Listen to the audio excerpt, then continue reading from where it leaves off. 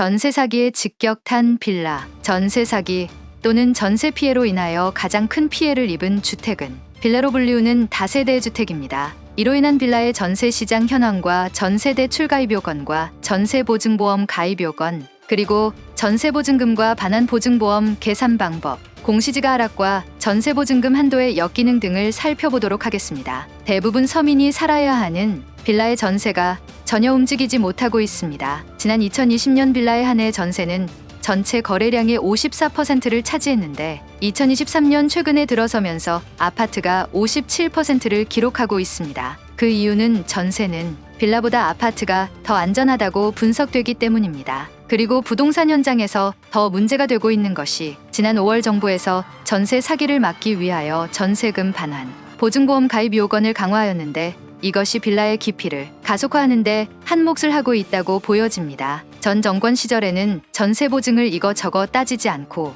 계약의 당사자가 정한 전세금의 90%까지 대출을 해주고 보증보험도 해주었습니다. 부동산 업계에서는 이로 인하여 이미 전세 사기, 전세 피해가 나타날 것으로 예상했었습니다. 현 정권에서는 이에 대한 대책으로 보증보험 가입을 의무화하고 보증보험 가입 요건을 공시가격의 126%까지만 전세 보증이 가능하게 하고, 여기에 지난해 대비 올해 전국 평균 공시가격을 18.6% 하락하다 보니 전세 보증 가입이 더욱 까다로워지고 전세 보증금도 크게 하락할 수밖에 없게 되었습니다.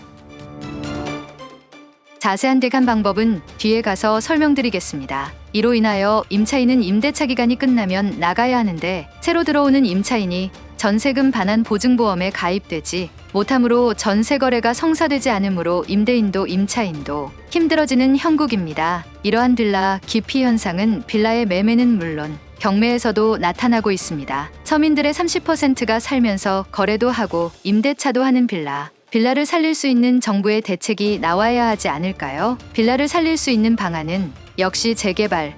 그러나 재개발은 말만 나와도 20년, 30년이 걸려도 추진하기 힘든 점이 핸디캡입니다.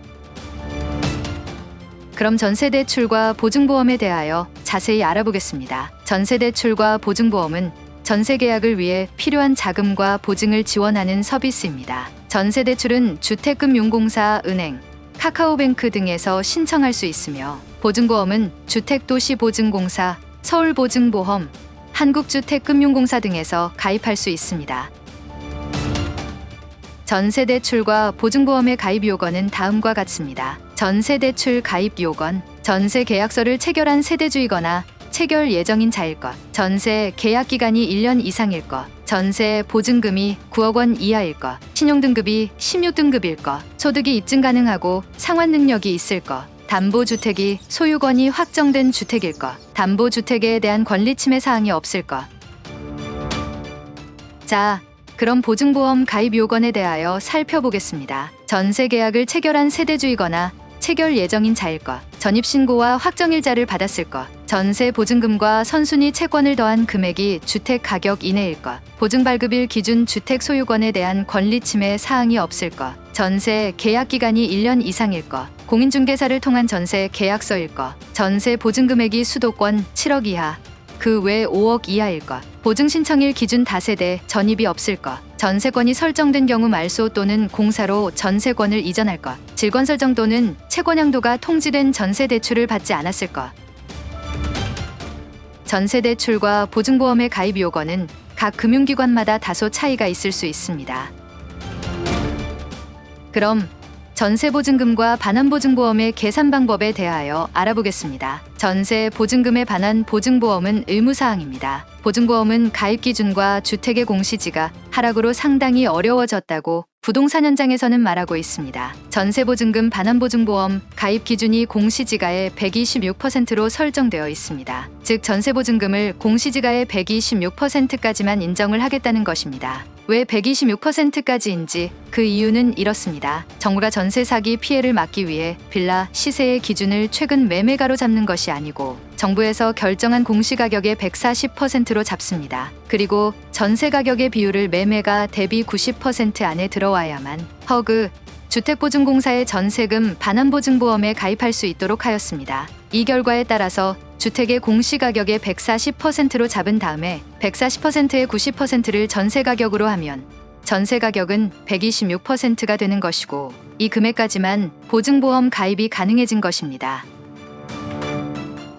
예를 들어서 계산을 해보겠습니다. 지난해 공시가격이 1억 원이었던 빌라의 경우 올해 공시가격 인하율이 6%라면 이 빌라의 올해 공시가격은 9,400만 원이 됩니다. 이때 전세 보증금의 한도는 공시가격의 9,400만 원의 126%인 1억 1,844만 원으로 설정됩니다. 이는 2023년 5월 이후부터 적용되며 이전에는 전세 보증금의 한도가 공시가격의 140%인 1억 4천만 원이었습니다. 즉 2023년 5월 이후부터 전세 보증금이 크게 하락할 수밖에 없는 이유이고 이로 인하여 전세 거래가 더욱 어려워져서 임대인, 임차인 모두 힘들어지게 된 이유입니다. 이러한 제도 변경은 깡통전세 등의 미래에 대한 예방을 목표로 하고 있습니다. 깡통전세란 전세금을 받고도 집주인이 돈을 갚지 못해 세입자가 전세금을 잃는 경우를 말합니다. 이를 예방하기 위해 정부는 전세 보증금의 한도를 공시가격의 126%로 제한하고 이를 초과하는 전세 보증금에 대해서는 보증보험 가입을 거부하도록 하였습니다. 이렇게 함으로써 전세 보증금이 과도하게 높아져 세입자가 전세금을 잃는 깡통전세 사례를 줄일 수 있다는 취지입니다. 거기에다가 2023년에 정부는 전국 공동주택의 공시가격을 전년 대비 평균 18.61% 하락시켰습니다. 이는 2013년에 4.1%의 하락률을 기록한 이후 10년 동안 상승하다가 하락세로 전환된 것이며 공동주택 공시제도를 도입한 이래 가장 큰 하락폭을 기록한 것입니다. 이러한 공시가격 하락은 전세 사기 및 깡통전세 피해를 예방하고 전세 시장을 안정화하기 위한 정부의 노력의 일환이라고 하지만 현재 살고 있는 임차인의 보증금 반환에 불투명하게 하는 사례도 있는 등 역기능도 있습니다. 공시지가의 하락과 전세 보증금 한도의 역기능에 대하여 예상해 보겠습니다. 1. 전세 시장의 변화입니다. 공시자가 하락하면 전세 보증 기준에 맞는 전세값도 그만큼 떨어질 수밖에 없는 구조입니다. 이로 인해 집주인들이 전세값을 낮추는 대신 전세 물량을 줄이고 월세를 받을 수 있는 반전세로 돌아설 가능성이 있습니다. 2. 월세 부담의 증가. 임차인 입장에서 보증금 부담은 줄지만 매달 나가는 월세 부담이 커질 수 있습니다. 3. 임차인 보호 기능 약화. 일부에서는 공시가 하락으로 전세금 반환 보증 가입이 제한될 수 있어 임차인 보호가 약해질 수 있다는 우려가 나오고 있습니다. 4. 전세권 설정 등기 증가. 공시가격 하락으로 인한 보증보험 가입 문제가 대두되면서 전세권 설정 등기 건수가 증가하고 있습니다. 전세권 설정 등기는 임대차 계약 체결 시 임대인의 동의가 필요하지만 임대인이 전세보증금을 반환하지 않을 경우 임의경매를 실행할 수 있는 권한을 가집니다. 5. 전세보증금 반환 문제. 세입자들이 허그, 주택보증공사 보증보험에 가입되지 않으면 전세를 들어오려고 하지 않기 때문에 집주인은 전세 가격을 크게 낮출 수밖에 없습니다. 이렇게 되면 새로운 세입자로부터 보증금을 받아도 나가는 세입자에게 보증금 전액을 반환하지 못하는 상황이 발생할 수 있습니다. 이러한 부작용을 고려하여 정부는 전세값 하락 추세를 고려하면 실제 보증보험 가입이 어려운 주택은 제한적인 걸로 보인다며 1단 갱신 계약에 한해서는 전세가율 조정 시행 시기를 내년 1월로 미뤄주기로 했습니다. 지금까지 빌라의 전세시장 현황과 전세대출요건과 전세보증보험 가입 요건, 그리고 전세보증금과 반환과 보증보험 계산 방법, 공시지가 하락과 전세보증금 한도의 역기능 등에 대하여 살펴보았습니다. 감사합니다. 마음에 드시면 구독과 좋아요, 공유 부탁드립니다. 원고는 댓글에 링크 시켜 놓겠습니다. 감사합니다.